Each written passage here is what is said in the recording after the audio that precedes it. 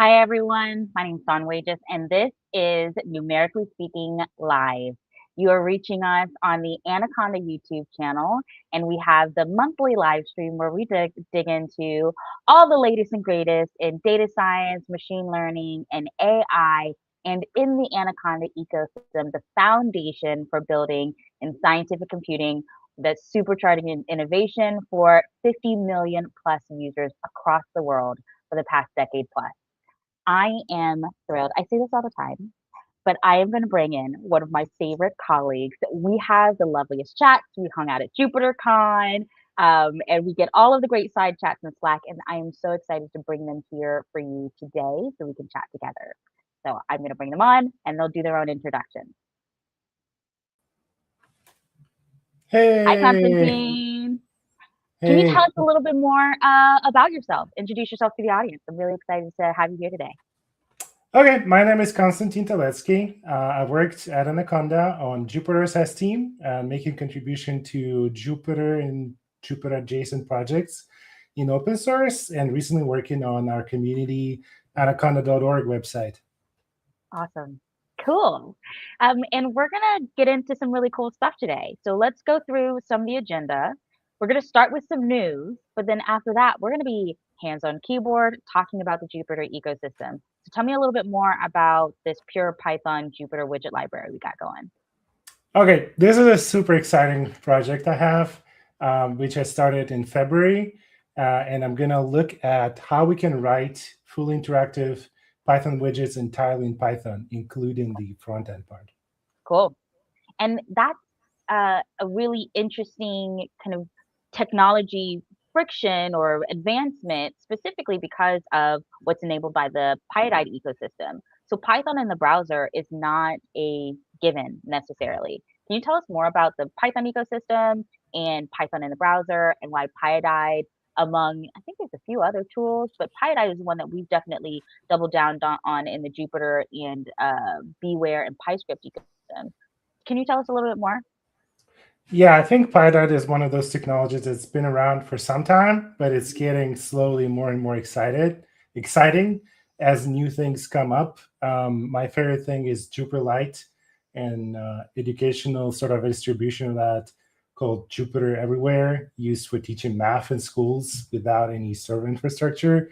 But there's a lot of stuff. So PyWidget uses Pyodide to run that front end in Python, but it's all hidden and transparent for the user who can just use Python.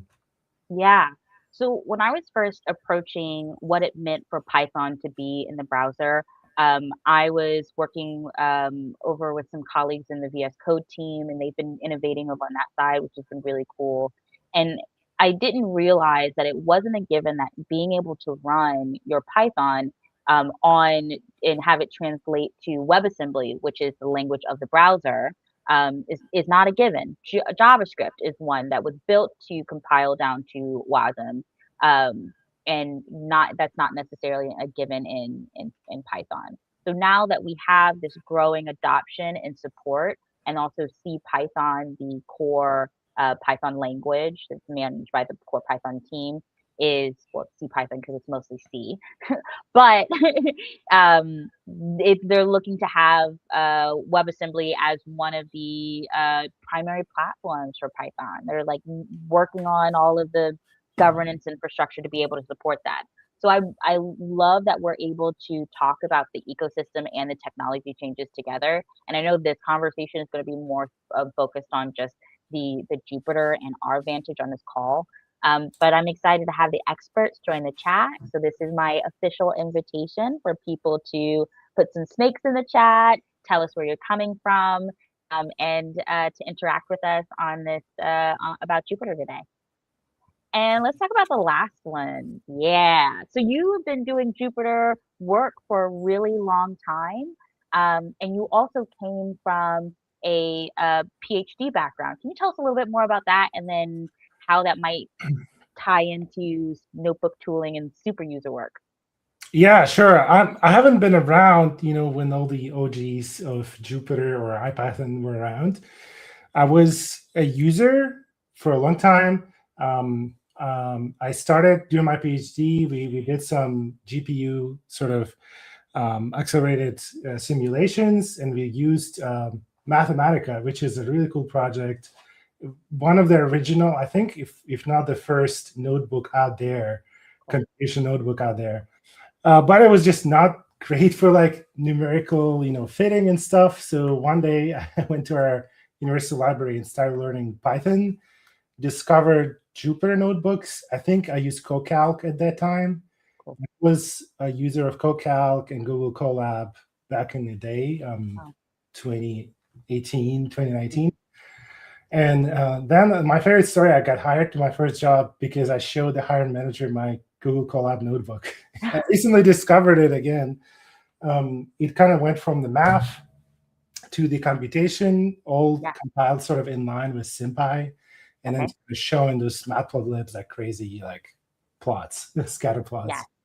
So for people who may not be experts, because I really want this call to be one that goes from high level to low level and back up, and I want to be able to switch context to be able to speak to the full audience. So for people who may not be familiar, really quickly with all of these different notebook solutions and the ways that you can use them for notebooks, and we're going to show that on screen pretty soon, is a cell-by-cell based Python interpreter, and it is made for step processes through Python. It is able to be run locally, so that means you are going to pip install or conda install in your ecosystem, and then that will from your Python. It comes out of the box if you use Anaconda as your Python distribution, and then you're going to be able to run your Python in these cells in this kind of IDE. So that would be as opposed to using your CLI or maybe VS Code or PyCharm or something like that as an IDE. Did I cover that well, Konstantin? Yeah, I think if you're not familiar with notebooks, it's a great tool for thinking with code. That's how I look at it, because you can write prose in Markdown or just text, and then you can have formulas, and outputs will be, well, we'll see. Outputs can be anything, can be text, can be images, plots, tables, spreadsheets, and even games, like whatever you have. Oh, wow. Yeah. I guess that makes sense. I've never pushed it to the limit, but I guess we're going to get into some fun stuff today. All right. You ready to jump in? Yeah. We're going to start with 3 news stories. All right. Let me also bring up my notes.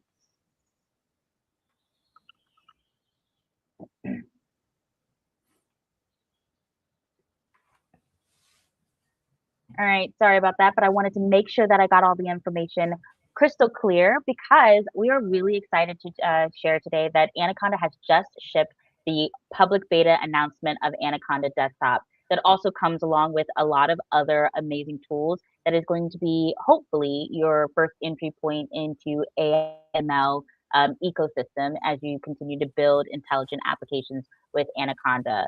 If you've used Anaconda Navigator, Anaconda Desktop is a successor. The same kind of environment management but now using local LLMs sit right alongside it. It browses a security vetted model catalog. You can filter for your hardware, download a model so you can start exploring it locally and start building locally, and run a local chat interface or API server to be able to do some of that exploration. There's no separate inference, no tool to configure.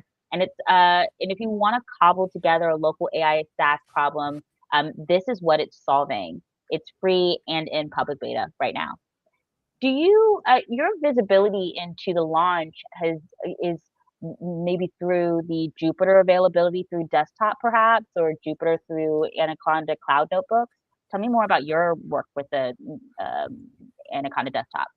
I played around with the earlier versions, late last year, early this year. I'm a big fan of local models. I think this will be the year of local models, and you won't have to perhaps pay hundreds of dollars to AI labs.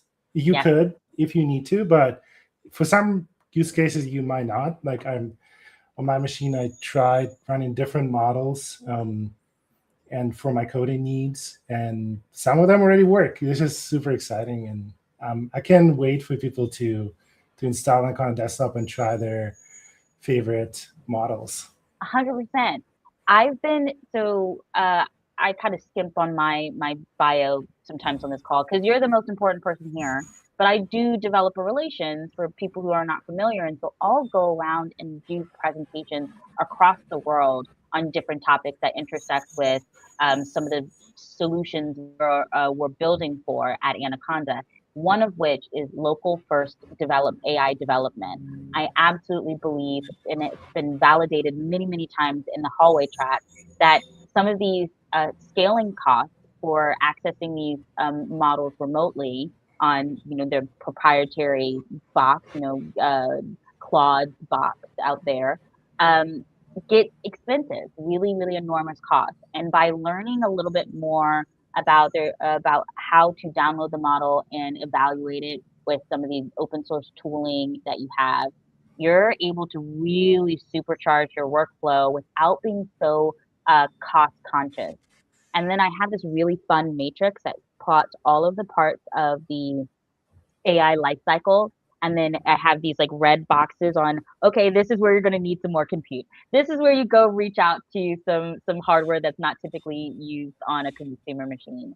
But a lot of it you can start locally with, and that's really exciting. Yeah, 100%. I'm really Cool. excited.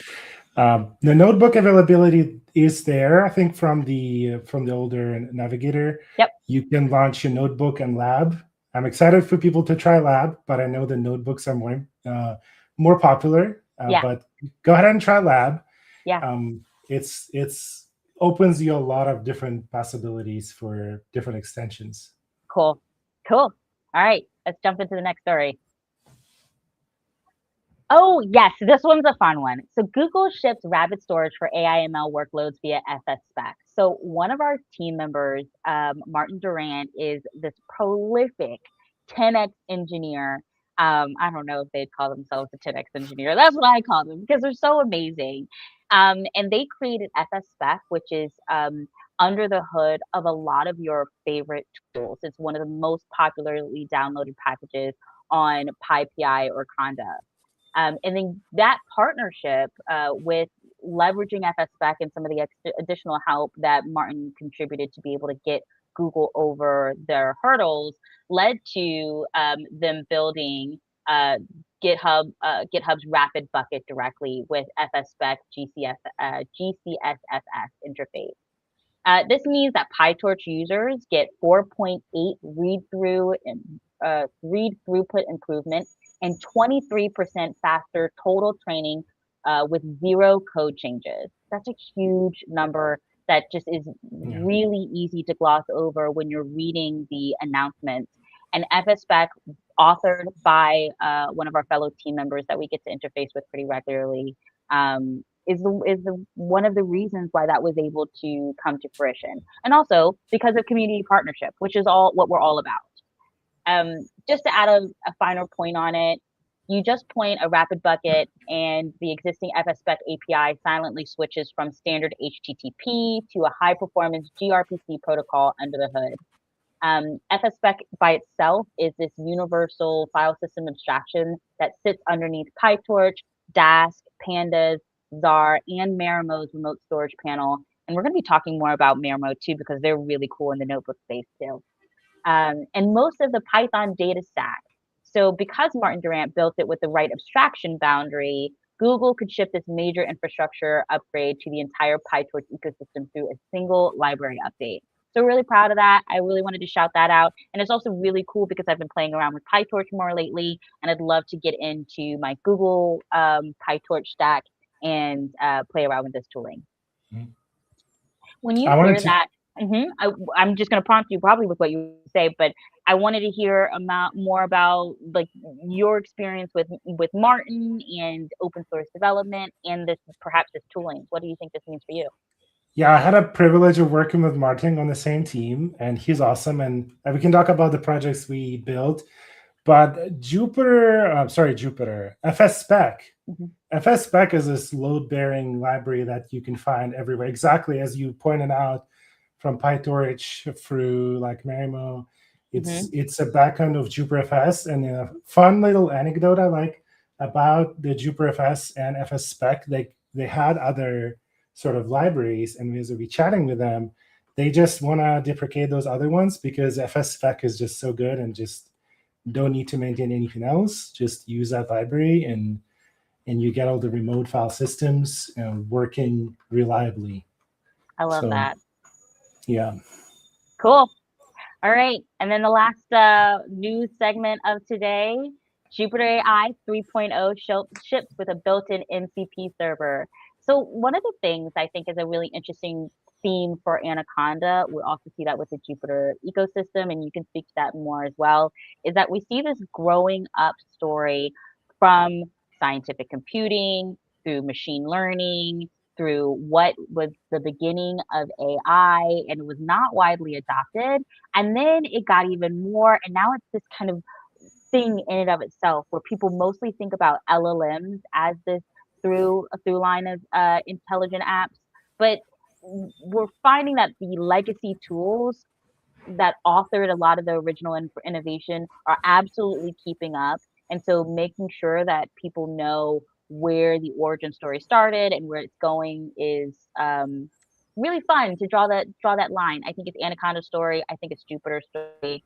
What are your thoughts on that, Konstantin? And I also know that you're friends with a lot of the engineers that are working with Jupyter AI. And we talked about that at JupyterCon. Can you tell me more?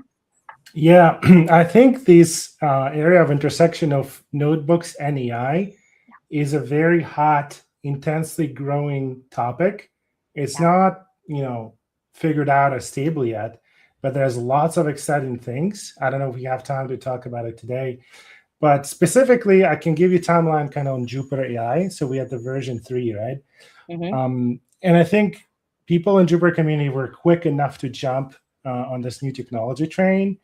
And starting from like first versions, as the tools grown and what can you do with AI kind of shifted, we went from working first with kind of like ChatGPT concept. So you're chatting in your panel on your extension, and now we went all the way into agent era, and we're realizing that, hey, actually, Jupyter or IPython sort of core idea is insanely helpful for your agent. You might have noticed if you used Claude or Codex or any of those agentic sort of systems, they would be suggesting, they would run different tools. One of those tools can be writing and executing Python. And it's kind of really cool and convenient because Python can do anywhere. So it doesn't have to like rely on stuff. But at the same time, it has to reinvent and rewrite the same code over and over. It's really hard if you like approving your agent actions. It's really hard to see what's going on. Mm-hmm. There's basically like the trace is there in agentic trace, but it's not really like a good record or good stateful representation of what's going on. And people are realizing these days that connecting agent to a notebook like REPL or actual notebook is a really good idea. Yeah. And that gives visibility to a human. It creates a final artifact you can share and you can collaborate with humans.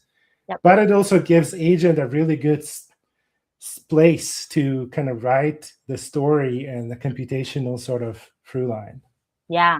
So let's disambiguate a couple of these big words that we used in order to tie it all together. So we talked about MCP, we talked about agents, we talked about IPython, REPLs, and artifacts, right? So these are all words that some emerged in this more recent time period with the proliferation of AI, and some of it existed beforehand. A protocol, right? I'm a software engineer. I know what a protocol is, but a model context protocol now builds in this ability to talk for your agent to talk with other agents or other APIs in order to make it smarter and more effective and build more. Awesome. And so then we have IPython, which is the underpinning of probably, I mean, I don't know if it was literally V1 of Jupyter notebooks, but it is this Python interpreter that is very portable. Am I describing that correctly? Yeah, from early 2000s, right? So yeah, it's those notebook cells idea, but in the terminal in the early days. That's exactly. still what's running it. Yep. Right. Okay. Yes. We also have agents. So as you start talking about intelligent apps, and I came from the Microsoft ecosystem, so that's where I'm using this kind of intelligent apps language. But for me, is this big umbrella of all applications that run some code that will make a decision for you. And that's existed for a long time, right? Like data science was built off of models that would give recommendations. Agents now allow for you to, and then you have, excuse me, and then the evolution is chatbots, right? And so now you have this code that will make decisions on the language and response based off of how likely this word is, and trying to do some semantic reasoning in there when you're able to put that in. And then you have another evolution where you're moving beyond what just the LLM can do, and you have a chat that you can work with. And then you also have like a reasoning model, maybe same model, maybe a different model, that will actually do things for you. So now you are able to um, maybe sometimes just like let it go do a thing and check in with you every once in a while and hit okay every once in a while. It'll go do something and you have code working for you. Did I describe that correctly? And please add to it if I've missed anything. I think so. Yeah, I think a good way to kind of explain why we even bother with those things is that AI models, they kind of static, right? So whoever trains them creates those weights, and then you have this model, and that's exactly what early chatbots were. You question answer. It's just endless dialogue, which can be useful. You can copy things from there and do something with it. But I guess people then realized, okay, we kind of not getting all the latest information or my company information. So they invented RAG, another sort of jargon, which is retrieval augmented generation. But you can think about it as like search. Yep. You can add a search and it will sort of search for whatever you ask, find something relevant, and put it back as if you asked it. That's all the RAG is. Okay? And then later, they thought about tools. Do you want to talk people what tools are? Yeah. So I did a presentation on this the other day, and so I please put in the chat if you all have a definition that really works well with you for tools, and also skills is a good one. So the way that I differentiate what skills are, we're all of the. So let me take one step back. My hot take, maybe a cool take, is that all of this is an evolution of this natural democratization of programming. Python had its proliferation in the late 90s, early 2000s because it was a human readable language, and we get to say the second best language for everything. But there's a reason for it. It's a great glue language. It does a lot of really good work, and it can go in a whole bunch of different places, and it's easy to return to that code and know what you wrote 6 months earlier. In continuation with that, I never really jumped into this movement too much, but I know it existed, is this low code, no code evolution where people were able to drag and drop these widgets. And that means there was a bunch of software engineers in the back end who were building these kind of widget-like experience so someone else, the end user, can create their own software tools. There's also tools like Zapier or something like that where you're working on workflows that can be low code or no code. And then to me, this agentic development or this language first development, you're building real software systems sometimes, but you're doing it all through a chat interface. And then the code behind will make decisions on what that code would be otherwise if you were like a software engineer writing it yourself. I think I said all of that to say, that skills and skills and tools are language-based architects or artifacts, excuse me, in Markdown that you are able to now feed this knowledge in opinions on how it will create this workflows, the setups, or do the task. Long lead up to what skills and tools are. There's also more thoughts on what should go into a skills and what should go into a tool. But I'll pause for a minute. Does that definition or that thought process jive with you? What do you think, Konstantin? I love it because I love it because in like what you're saying, what I'm hearing, right, and what I agree with is that Python is very human friendly language. You can say another word, approachable, right? Something that's why I decided to learn Python back then. Even though I worked in C++. And the same way skills are this really cool concept. That's why there's so many of them were created. is they entirely like in your language. Yep. They can be in English or whatever your language is, but you just describe what program should do. This is so cool. Yeah. The rest is kind of done for you by LM. Awesome. And we're going to get into more of the skills that you've created and some other things that are coming from the ecosystem, upgrading our tools. But before I go, I just want to make sure that I gave the full spiel on Jupyter AI 3.0, and then we'll move into our demo. So we had a great conversation on it, but now that Jupyter AI 3.0 ships with a built-in MCP server, the notebook is now a first-class agent surface. Agents can now read and write files, run terminal commands, and interact with notebooks directly with permission systems that require approval before any writes or commands execution, which is really common for advanced engineers who are not used to letting code just run wild. That's taken over the thing that I used to do. So hold on, let me go check it.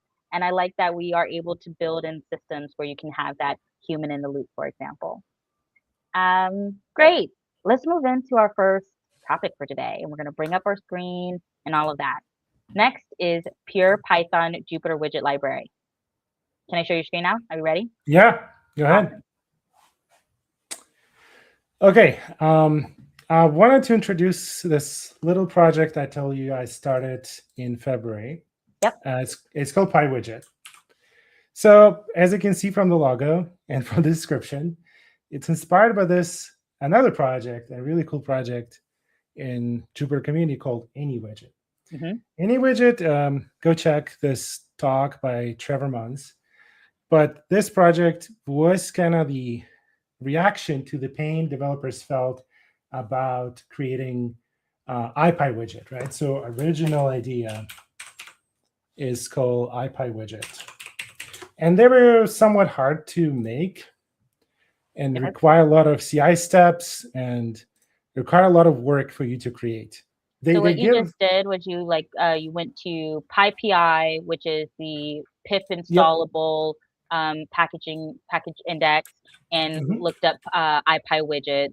And we're also comparing 3 different packages and the evolution of some of these developer considerations in each of them. Okay, that sounds great. Correct. Cool. Correct. Yes. So IPyWidget was the original idea, right? So to create interactive HTML elements in the outputs and connect them by traitlets with the kernel. So you can create interactive, think about slider. What does slider need? Like it needs to render it in HTML in a notebook. And then you need to, hopefully you need to get something back from whatever you chose in the slider. Maybe you can hook up a plot and then you can set some threshold, for example. So your slider communicates back to the kernel recomputes something, sends it back to the slider, to the widget. And we have this interactive apps in our notebook environments, right? Yep. So let me see when it was first created. It was created in 2015. Wow, yeah. Right, so, but developers felt a lot of pain creating them. So you need to package them. Basically, you need to build both like front end and package front end and back end in one package to build the wheel and publish it. That was a lot of pain. Here's AnyWidget, right? So if you import this library and you just start writing your widget, inheriting from AnyWidget, and you write this ESM. Okay, so this is why I created PyWidget, right? Okay. This what it allows you to do, right? It allows you to get the full power of your front end. It's all in line in this class. You don't need to create a new folder with new projects and separate front end, back end. You can just write this bit of JavaScript in here, and it will allow you to create like a counter. Oh, cool! This is a live example of it. Oh, nice. But all you need to do is to write this render function. If you ignore this weird like ESM and quote, but you need to write this bit of render function. Okay. And then it can talk to a model. So model is something you can then get back in the kernel. Okay.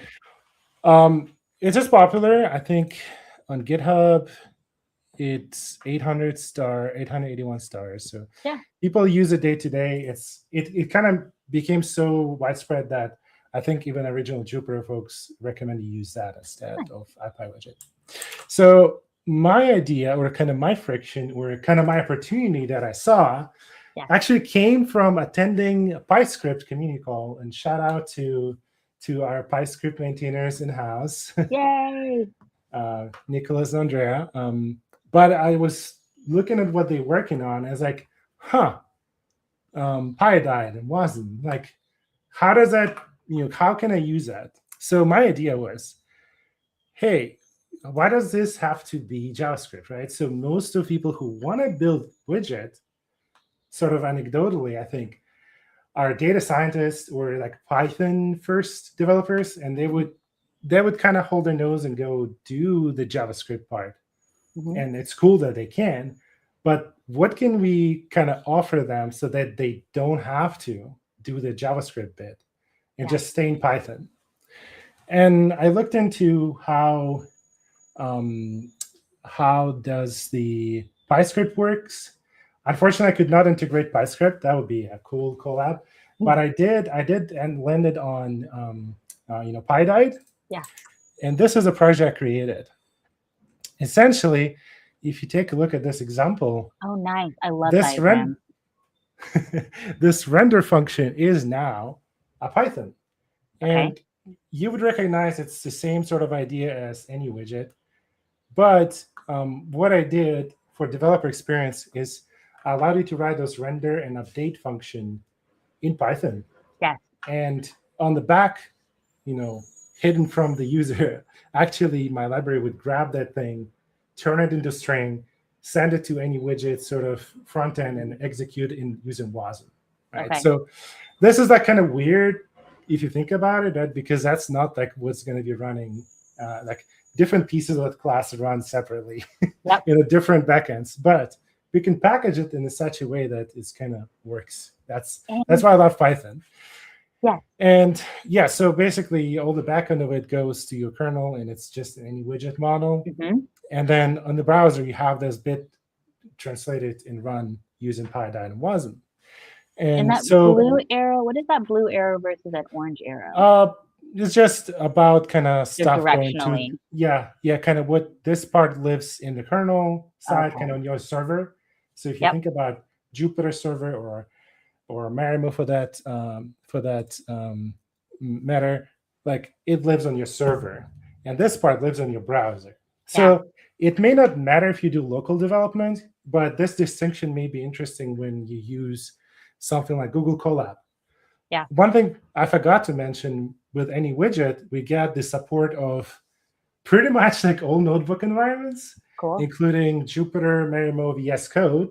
You might like to hear that. Or any VS Code derivatives, and Google Colab. Awesome. So anywhere you write your AnyWidget or PyWidget, they should run. I wanted to do, so I have a question and a statement. One is, I guess the statement I'll start with is, we're friends with Marimo. I mean, I think they're so cool in the ecosystem. They have such an awesome story. I was first introduced to them at PyCon last year. PyCon is the largest Python conference in the United States, PyCon US specifically. And there's a notebook interface and a company with a free to freemium model where you can use their tooling, and it's just really, really slick. But you have a special relationship with Marimo. So my question is, can you tell us a little bit more about your recent successes and some of your collaborations with Marimo? Oh yeah, I'm in San Francisco Bay Area, and they had a competition. The competition was to submit Marimo notebooks, and I can do notebooks. I was hired first to do notebook, and basically I took a look. It was a really cool competition, and that's something that they really interested in at this point. Is kind of Marimo targeting perhaps like ML AI researchers because they've been acquired by CoreWeave, which is like in AI space. And basically, the competition was, hey, and it was with AlphaZive, if you know this preprint server called Archive, they kind of like level on top of that, but with cool AI features. We can check it out in a bit. But basically, I had a competition where they say, okay, this 10 papers in the AI space, what can you do with them? I really went overboard with like different widgets and stuff, and to try to understand it. And I use one of those tools called Marimo, which we can talk about this, as I said, growing space of connecting AI to notebook and kind of working together. So I would list 3 tools in that space right now. So first is Jupyter AI, right, with MCP.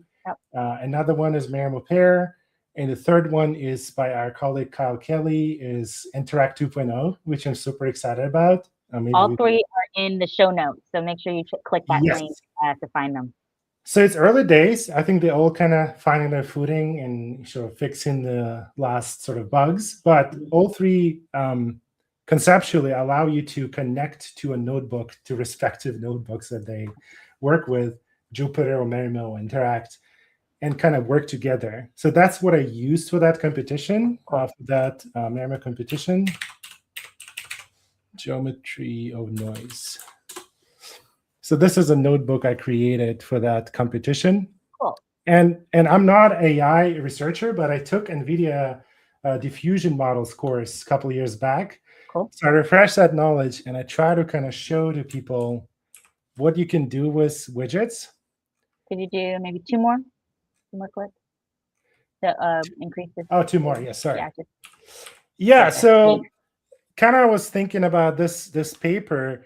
It talks about that, usually, just if I can describe you like stable diffusion or this kind of GPT image 2 models, how they work is really crazy. If you think from the first principles, they look at the images during training and they keep adding noise.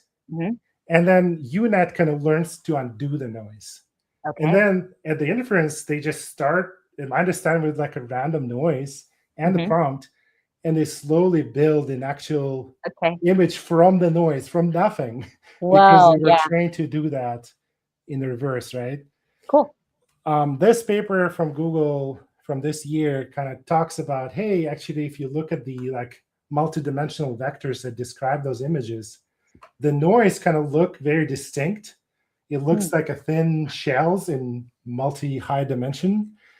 And you can kind of filter them out. You can see here, if you go to high dimension of your data, which like it's your like width times height, so thousands and thousands. But even for 128, you can start to clearly, it's recomputing. You can start clearly see the separation. So you can tell what the level of noise is, so you can simplify your diffusion. It's super cool. I think we'll see some results from that in the coming year. But this is a PyWidget. So I wanted to talk about, this is kind of remembering my university days and kind of like non-intuitive world of highly dimensional objects. And if you think about, imagine this is an apple, right? This is an apple. We have a slice of it. And you want to peel kind of tiny fraction of it, maybe 1%, like you peel it with a peeler. If you think about normal apple, like how much volume you removed in your like 3 dimensions? Not much, right, Don? Like a little bit. Right. But as we go in high dimensions, become like not really intuitive. The most of the volume sits in that peel, in that sort of skin of the apple. And you can see this is 3 dimensions, right? It's kind of, you peeling, it's kind of slowly eating it away. Wow. But if you're in a high dimension, you see you remove, what is it? 0.4% removes like half of your apple volume. Oh, yep. This is like super non-intuitive, but I try to make it intuitive with this PyWidget, which recomputes kind of pretty fast. That's so cool. So just a pause on all the things that you talked to us about. So I'm now able to follow along with these complex mathematical equations that that lead into and is described by this notebook, right? So I get to understand the domain expertise that you're showing me, but also my software engineer brain is firing, and I'm like, hey, how'd you drag that widget like that so easily? That's cool. What kind of JavaScript magic would I have to use to create that? And so you're intersecting 2 really cool disciplines, and we're showing them both on the call.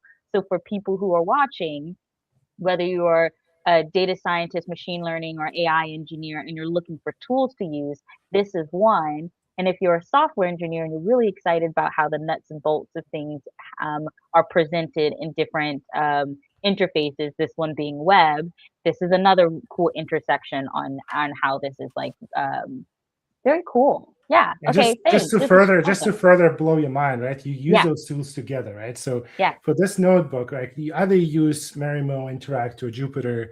You use those three tools listed, right? That allows you to kind of always have your superpowers, like senior engineer buddy near you who Yep. is willing to help you. So I have to like, of course, AI helped me to build this, and like I've worked with through, but kind of one observation, if you try to explain the sort of scientific or idea or like something from your domain, do not rely fully on AI. Like, do not ask it to build the whole thing. It's going to look, and we saw that in that competition from Marimo, a lot of things looks very similar because how LMs work, right? They keep the most likely token. So they kind of all converge in something average. So you have to come up with your own ideas, kind of like, oh, I remember this thing from my like math course, or I have this intuition I want to explore. So that's my recommendation. Like use your AI to help you to write the boilerplate, to kind of power through the complex, maybe like interactive widgets. Yeah. But kind of bring your own ideas. We're human, and we don't want to lose what makes us human, and kind of what cool about that. So that's a really great through line to the third section. We have one section in between, which is talking about the Pyodide ecosystem. We can go through that pretty quickly because I definitely want to make sure that I get a chance to talk about your code understand with tool that you Learn want to code base. learn code base. Let's finish this section and we'll talk about this. We'll do an interesting section on the Pyodide ecosystem, and then we'll just do a tool show and tell, and we're just going to run through a whole bunch of cool tools. Just really quickly, I wanted to show something I prepared for this live stream. Yes, is a PyWidget for looking. So if you heard about the Artemis 2 mission exactly a month ago to go around the moon, I built a Eclipse widget in PyWidget. Okay. Which quickly I'm showing you what it allows you to do, right? So Yeah, your render function is in Python. You can use sort of some DOM or front-end elements, HTML. Yep. But you can import AstroPy. Like you can import a lot of pure Python. You can import any pure Python library in Pyodide. Cool. Or some libraries compiled for WASM, right? Which is smaller number. Yep. But you can use matplotlib and everything. This is running in my browser right now on the front end. Yep. And so what widget allows you to do is to see the solar eclipse that the astronauts saw. So it has this trajectory scrubber, and it shows kind of where the mission is on the path. And you see the moon, and here's the direction of the sun, right? You see the sun kind of be blocked by the moon soon. And as you kind of scrub through, you see the moon is getting bigger, and the eclipse starts. This is all running in your browser, so it's like doesn't go to the server or to your computer, like right. Stays contained within your current environment, the kernel running in the browser. Yep. So that's why it can be fast to recompute. You can use Python libraries, and it runs on your machine. And as a fangirl of the Artemis mission, this is so great. Thanks for sharing. Yeah, and it's like, oh, like, why is the moon so big? Like, is it a mistake? But then I went to like check this another cool website. We're not talking about tech anymore. We're talking about space. But this one, ArtemisTimeline.com. By hand green. Yeah. This is a picture, right? And they say that the sun was like 30 times smaller appearing on a sky than the moon. Yeah. And if you look back to my widget, I think maybe. Yeah. Looks like it.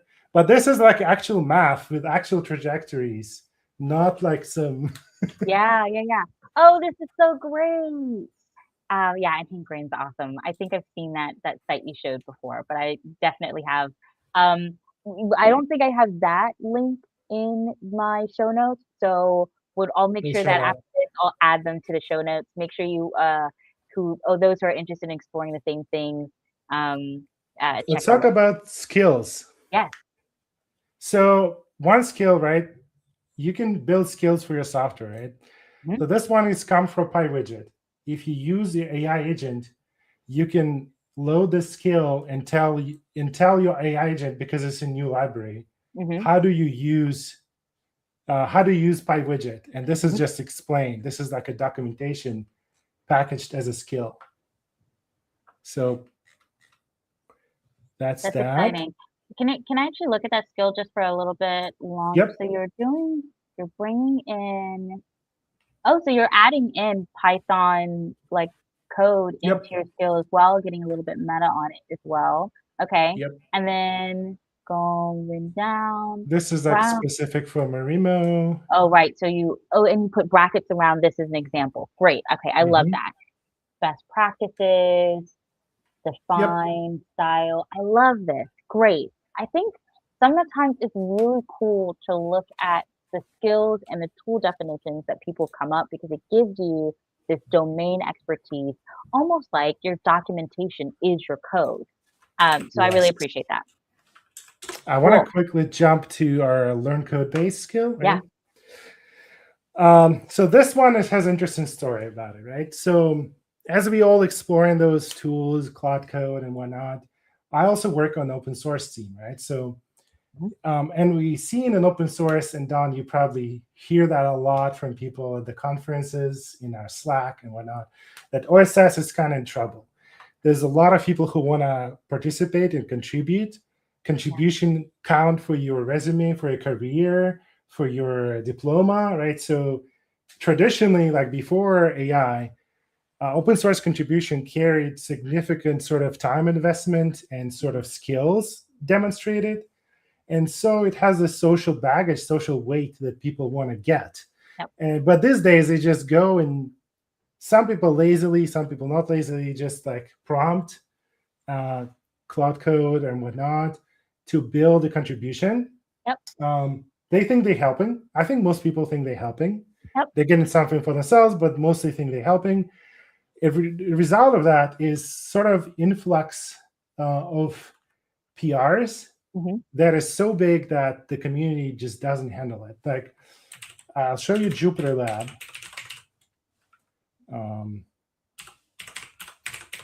So JupyterLab has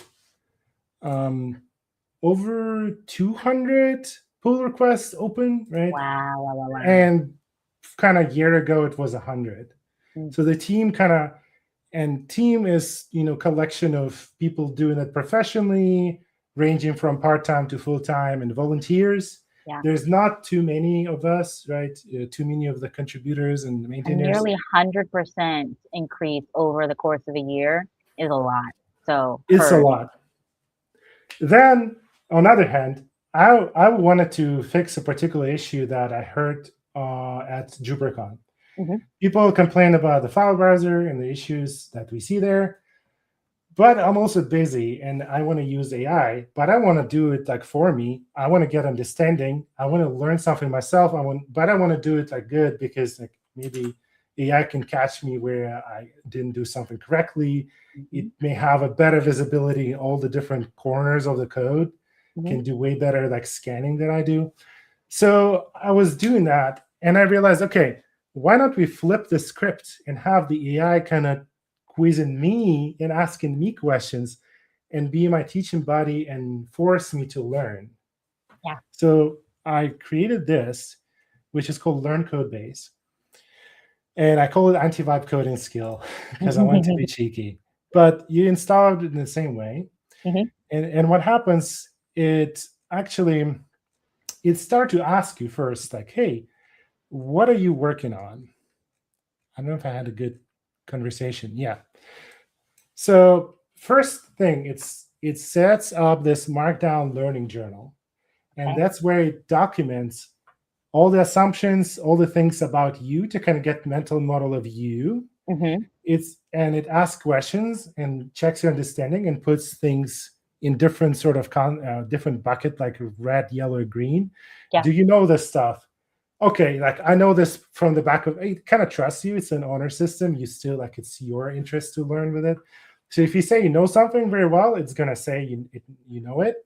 But then when you ask, it asks you something, and it's like, I have no idea, and it will just say, okay, you have no idea. Then go like hint you, like look, find this maybe function, or find like where this may be happening.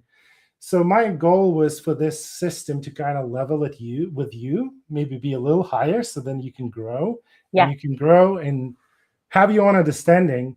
And like, even if you vibe coded the entire thing, maybe you go back, discover issues, learn for yourself, or better yet, you start with it. And so I used it to, for example, we looked at with my colleague on issues uploading files, right?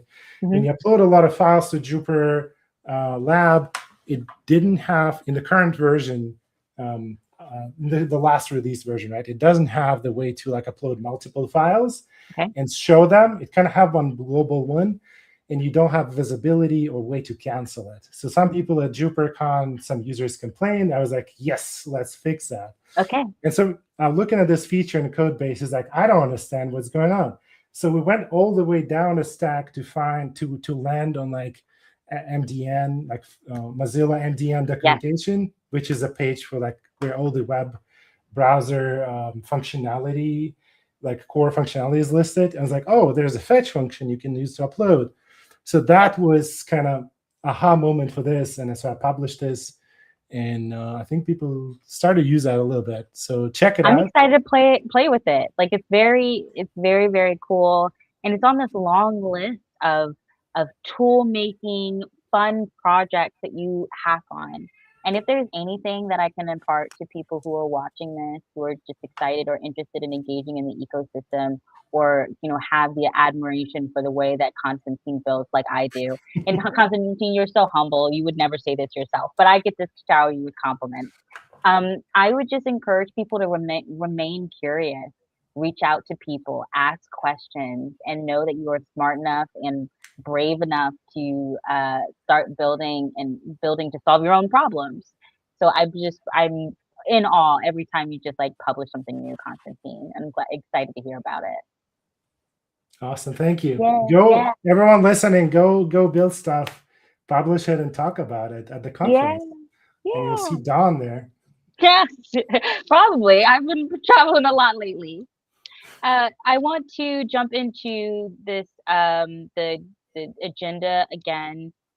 We kind of already merged in the Pyodide ecosystem with the first section. So if you're interested, we'll put in a play-by-play in the description, and you can jump to different sections to find to pull out the Pyodide ecosystem conversations. And we also talked a little bit about notebook tooling as a super user, but let's spend the last 5 or 6 minutes that we have really talking about becoming a super user in the notebook space. And this could take questions from the audience, or we could just talk about our experience, things that we've had friction and building for ourselves, and how you've approached the notebook space for so long. Yeah, I wanted to share kind of one recent project while we wait for maybe questions in the chat. Sure. Looking at the Marimo, I really enjoyed the way they solved the sort of reactive nature of it. Yeah. But they also kind of brought a lot of new stuff. It's a whole new project you need to switch to. So I thought, what if kind of we bring it back to Jupyter as an extension? So, and it's kind of tying in, like I'm going to show a little demo. It's tying it back to the Pyodide, right? Because I'm going to click on this try now button, but that actually goes to a service called notebook.link from our friends at QuantStack. Yeah. So that is actually a JupyterLite distribution, which JupyterLite is running entirely in your browser, right? So I can shut off the internet now. I'm not going to do it because then I will disappear from the stream.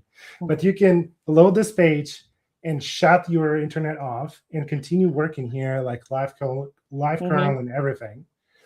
So the entire like front end and back end runs in the browser. Cool. Yeah. So this thing is kind of like, what if we had a Jupyter behaving reactively? This is like a project we talked about at Anaconda, was people at the Hack Days last year.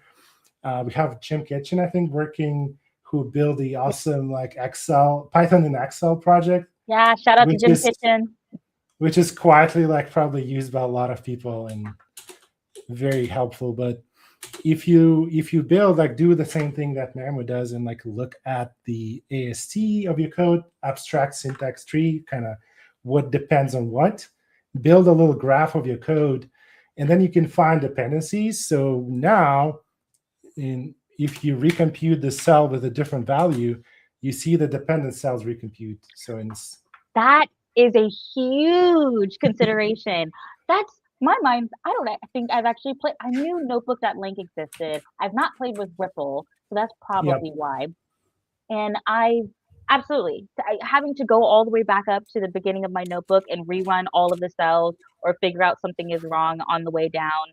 Or if I get a notebook, because for people who are not familiar, when you can commit your notebook to in your Git stages, and some of them may already be pre-run, for example, and so share the output in a JSON format.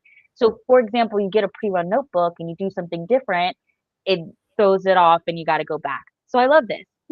Yeah, it's by no means like finished project. It's more of a prototype. So I haven't considered like what happens with Widget. Like Marimo spent a lot of time like building this, their reactive functionality. But you can kind of see, and if that's a problem for you, give it a try. I'm not saying it's a problem for everyone. I think Jupyter notebooks are like, as people, there was a great keynote there at JupyterCon, where they're saying that notebooks are like a scratch pad, right? It's scratch pad for your mind. So you may just be like using that as a scratch pad and don't care.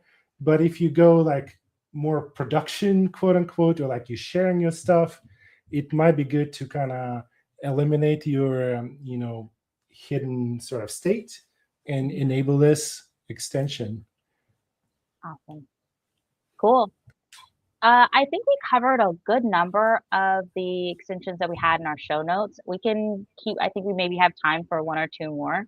But to cover the super user question, which I hear all the time, not necessarily worded in that way, that's more of a marketing way, but just how do I upgrade my workflow in X or Y tool? You're giving it to someone who may be using Jupyter notebooks all the time, but knows that they're not using all of the features available. How would you recommend that they find the features that they might need, or build it for themselves maybe? What would you recommend to people? For notebooks, I think if you use Jupyter notebook, type notebook, try other tools. Try JupyterLab. You get your terminal, which you can do side by side. You'll immediately get file browser, and you get actually 700 plus extensions. That's another thing I can share. Yeah, I built this marketplace for the Jupyter extensions last year. Yeah. So we recently celebrated 700 extensions. We are now at 750. That's amazing. So this is like, I like Jupyter ecosystem. It kind of grows linearly. Okay. It's not popping, it's not dying, it's stubbornly like growing, and you can build your functionality. This is really unique thing about JupyterLab specifically, and to some extent to Jupyter Notebook. Some of those will work in the notebook. I don't know which ones yet. Give it a try. But in the lab 4 specifically, you should be able to find extension. So Don, what are you interested in building as a super user? Oh, okay. Yes, I've been really excited about astronomy these days, and so hence the Artemis mission. And I just played with a tool for kind of like light reflecting off of celestial bodies. I don't know. It was a data source that my team member brought to me. So what do we have here? But we have 5 extensions, and my search probably needs to be better. I think it's just match sort of astronomy in the description. Sure. But you have like worldwide telescope viewer. Pretty cool. Oh my God, that's exactly, yes, that's what I want. Okay, cool. I bet, what does NASA bring up? Do you know if there may be a NASA? Let's see. I know that NASA runs one of the biggest Jupyter hubs, so their stuff might be there, but just maybe not like called out NASA. Still, there's like NASA Daily. NASA Daily. This is cool. Yeah. Oh my gosh. This is like more of an inspirational thing to bring you astronomy picture of the day. It's for me. It's inspirational for me. So give it a try. So you need to go to labextensions.dev, and we'll link in the description. Awesome. But there's a lot of extensions. You can see kind of what's trending, what people are actually installing more recently, kind of what's popping. And there's a lot of cool stuff. I usually I build this just to kind of see what's going on in the ecosystem, and it did not disappoint me. Cool. I'm so excited. Well, that's all of our time for today. I'm just so appreciative of being able to talk with you, Konstantin. And I'll just do a quick sign off to the dozens of people who've come through and watched us, and anyone who comes to watch us on demand at the Anaconda channel later. Thank you so much for watching. This is a labor of love for the Anaconda team. We are going to return back every second Friday of the month to bring more news from the AI, ML, data science ecosystem. And we hope to see you there. Bye all. Thank you.